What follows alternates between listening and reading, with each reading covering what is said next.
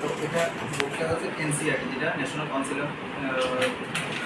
কাউন্সিলে যে বইটা ফলো করে এটার মধ্যে যে আনসারটা আছে মুভিটা দিয়ে আনসার দিয়েছে সি। আমরা জানি স্যার স্পেলিংটা এখানে সঠিক আছে এটা, কিন্তু আমরা সেই জেনেও আসছে না, আমি সিটা দাগাইনি, কারণ জানি আমার মেইন স্পেলিংটা এটা, যার জন্য আমি ডি দাগিয়েছি। এই দেখেন এটা তো আর ভুল হবে না এনসিআরটি। আচ্ছা, আপনার বক্তব্য শেষ, বলুন আপনি বলুন। স্যার আমি বলছিলাম আমাদের টেস্ট 1 এ দুটো কোশ্চেন আছে, যেমন আচ্ছা বলুন না, আপনি প্রশ্ন ধরে ধরে বলতে হবে, এগুলো তো আগেও বলেছেন আপনি, নতুন কোনো বক্তব্য আছে কিনা এগুলো তো আগে 5 বার আমাকে বলেছেন। আমরা যে বইটা থেকে পড়ছি স্যার, সেই বইটা হলো সেকেন্ড এডিশন অ্যাডভান্স। আচ্ছা এটা আমি স্যার আপনি দেখতে পাচ্ছেন স্যার, এখানে দেখেন স্যার বিবিএমসি কলেজের একদম পুরো সম্পূর্ণ সিল আছে স্যার।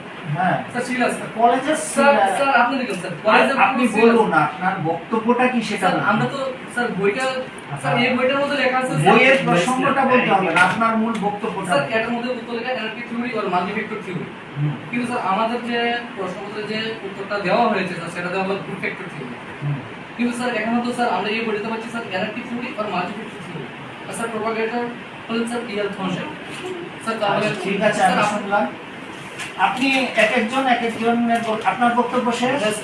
আচ্ছা ম্যাডাম, আপনার অ্যান্সার কি সম্পর্কে কিছু অভিযোগ নিয়ে কতিপয় পরীক্ষার্থী আগে 5 বার ওরা আমার সঙ্গে কথা বলে গেছে, একবার চেয়ারম্যান স্যারের সঙ্গেও কথা বলে গেছে।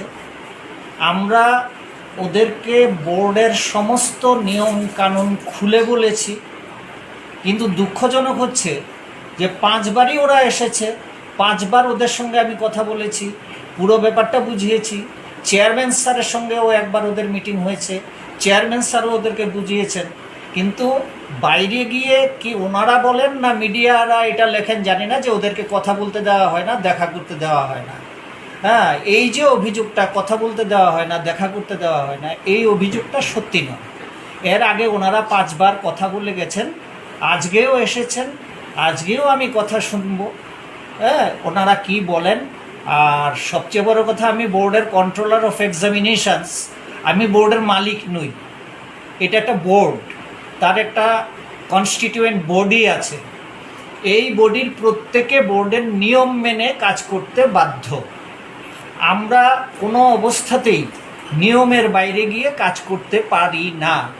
ওনারা যে দাবিটা করছেন যে ওনাদের মতো করে আনসার কি তৈরি করতে হবে, সাবজেক্ট এক্সপার্টরা যে আনসার কি তৈরি করে দিয়েছেন ওনারা ওইটাতে সন্তুষ্ট নন, ওনাদের মতো করে আনসার কি তৈরি করতে হবে এটা ভারতবর্ষের কোনো বোর্ডের পক্ষে সম্ভব নয়। আপনারা দেখুন এইখানে সিটেটের ওদের ইনফরমেশন বুলেটিন আছে, আমাদের টি-টেটের আছে, সব জায়গাতেই নিয়ম একই রকম, যে ফাইনাল আনসার কি সাবজেক্ট এক্সপার্ট যেটা তৈরি করে দেবেন সেটাই ফাইনাল, সেটা নিয়ে আর কোনো রকমের বাদ বিতণ্ডা বা কোনো রকমের পরামর্শ অভিযোগ এগুলো করা যাবে না। আপনারা সিটেটের ইনফরমেশান বুলেটিন পড়ে দেখবেন, হ্যাঁ সেই ইনফরমেশান বুলেটিনের 24 নম্বর পয়েন্ট আমি আরও সোজা করে বলে দিলাম, দেখবেন আপনারা সেটা পড়বেন। আমি ওনাদেরকে বারবার বলেছি যে সাবজেক্ট এক্সপার্টরা যে মতামত দিয়েছেন তার উপরে হাত চালানোর অধিকার আমাদের নেই। আমরা যে আনসার কি দিয়েছি সেটা বিভিন্ন সাবজেক্ট এক্সপার্টদের তৈরি করা আনসার কি। পেপার 1-এর জন্য 6 জন সাবজেক্ট এক্সপার্ট থাকেন, পেপার 2-র জন্য 10 জন সাবজেক্ট এক্সপার্ট থাকেন। ওনাদের লিখিত মতামতের ভিত্তিতে ফাইনাল আনসার কি তৈরি হয়, এই জায়গা থেকে সরে আসা আমাদের পক্ষে সম্ভব নয়। গত 5 বার ওনারা যখন এসেছেন 5 বারই আমি ওনাদেরকে এই কথাটা বোঝানোর চেষ্টা করেছি, কিন্তু ওনাদের দাবি হচ্ছে সাবজেক্ট এক্সপার্টদের দেওয়া আনসার কি বাতিল করতে হবে এবং ওনাদের পরামর্শ মতো আনসার কি তৈরি করতে হবে। এটা আমাদের পক্ষে সম্ভব নয়। আমি এই কথাও বলেছি যে আমাদের পক্ষে অ্যান্সার কি পরিবর্তন করা সম্ভব নয়, আপনারা আদালতে এটা নিয়ে যেতে পারেন।